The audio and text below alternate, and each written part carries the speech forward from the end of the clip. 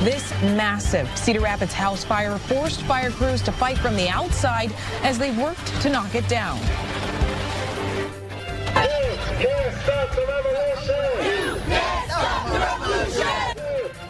NBA players are joining protesters in the streets of Sacramento in the wake of a deadly police shooting.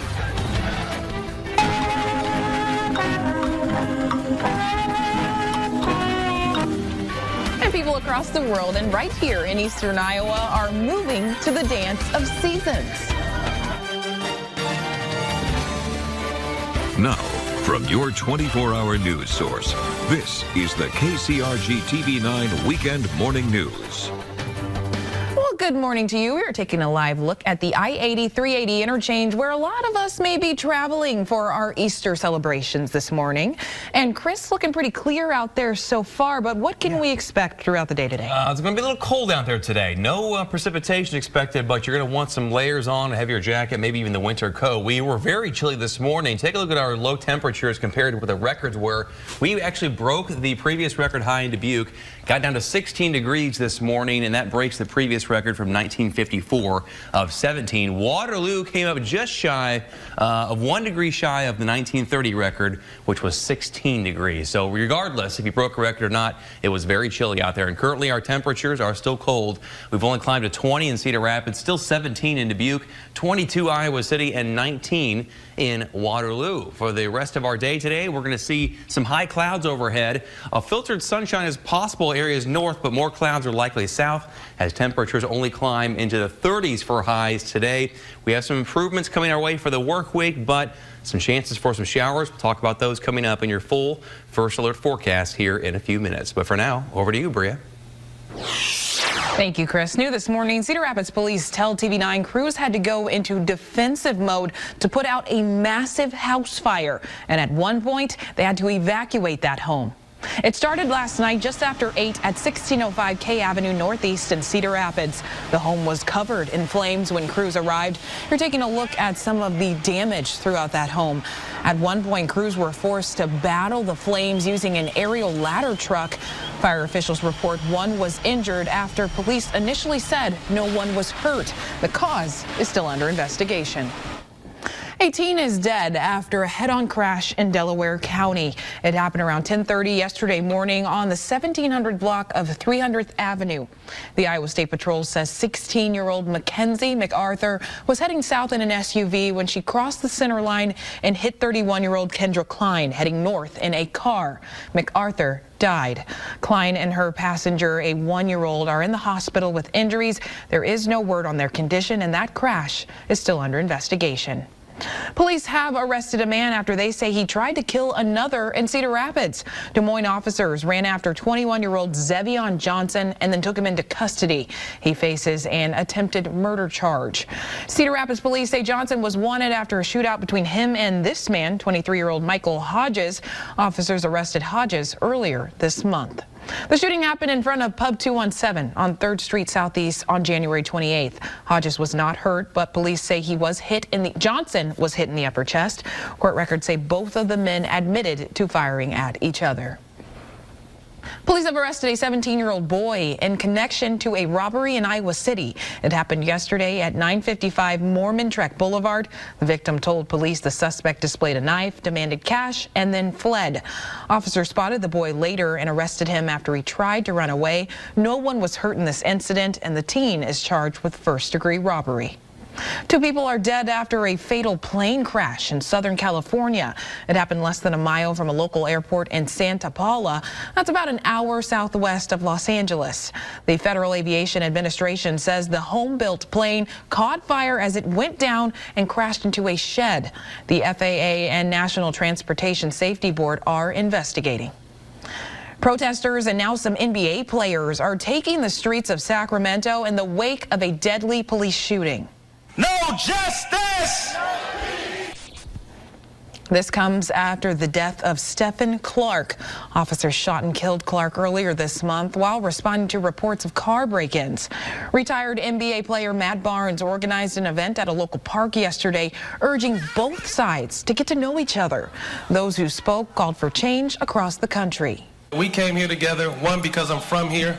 I walked these same streets. I've had these same encounters with police before. And it was only right for me to come back, do anything I possibly could. An autopsy report found officers fatally shot Clark 8 times, including 6 times in the back. The officers involved are on administrative leave. New this morning, rescuers are working as quickly as they can to pull people out of a hotel that collapsed in central India. This is video out of Indore, Madhya Pradesh. At least 10 people are pronounced dead, and officials say 3 others are injured, 2 of those in critical condition. They say a heavy vehicle rammed into the hotel's ground floor, and that may have caused the collapse. President Donald Trump is placing a hold on more than $200 million in recovery funds for Syria. The money would be used for basic infrastructure projects to restore power and water and also rebuild roads. The president recently said he wants to use the U.S. to withdraw from Syria soon, and officials say President Trump wants more information on how the money is being used. This will be discussed during meetings next week, including during a National Security Council meeting. Actress Roseanne Barr is under fire after showing her support for a conspiracy theory about President Trump. In a tweet on Friday, she says Trump has freed so many children in bondage and broken up human trafficking rings everywhere. Barr is referring to a theory known as the Storm.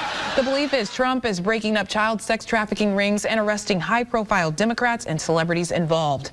This comes as Barr rebooted her famous sitcom this week. Her character is a Trump supporter. A bill signed into law this week by Governor Reynolds explains Iowa's current safe haven program. Parents now have 30 days instead of 14 in an expansion to turn a child over to a hospital, healthcare facility, or any first responder without fear of prosecution. The children are then placed with foster or adoptive families, and parents can also call 911 to surrender their child to the safe haven program. Lawmakers first created it in 2001 after a teen mother killed her newborn. Spending for Easter weekend is expected to be the 2nd highest on record. That's according to a survey by the National Retail Federation.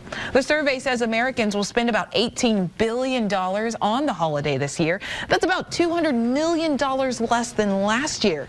Some of the top Easter shopping items include food, clothing, gifts, and candy.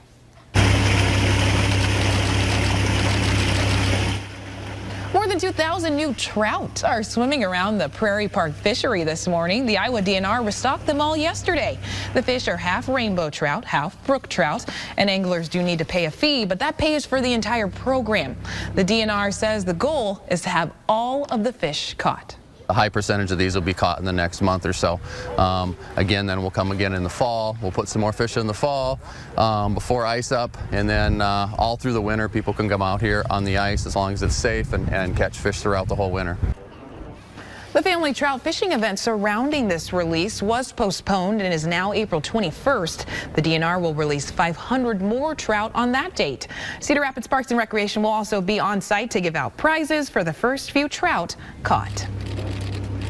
Well, people danced the night away, bringing German moves across Iowa City Saturday. TV9 Chantel Navarro has the details on how the slow, simple movements come together to make the magic possible. It's called the Nelken Line, and it's a dance of seasons. Spring, representing low grass. Summer, tall grass.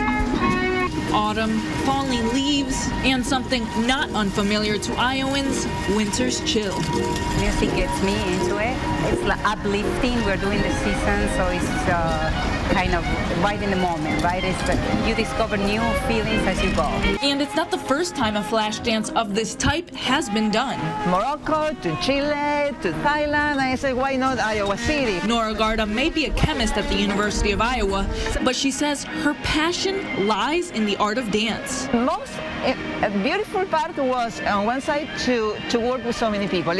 Even though the choreography is very simple, it's very energetic to be with a lot of people. The idea is for people across the globe to record themselves performing.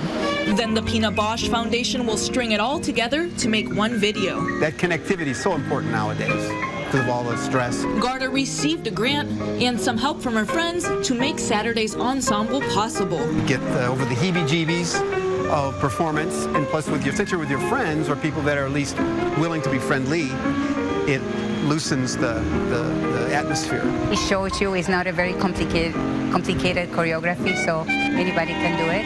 And it gives you inclusion. In Iowa City, Chantal Navarro, KCRG-TV9 News. The group will have 2 more dance days coming up this month and also in May. If you'd like to join them next time, you can find out how with this story on KCRG.com.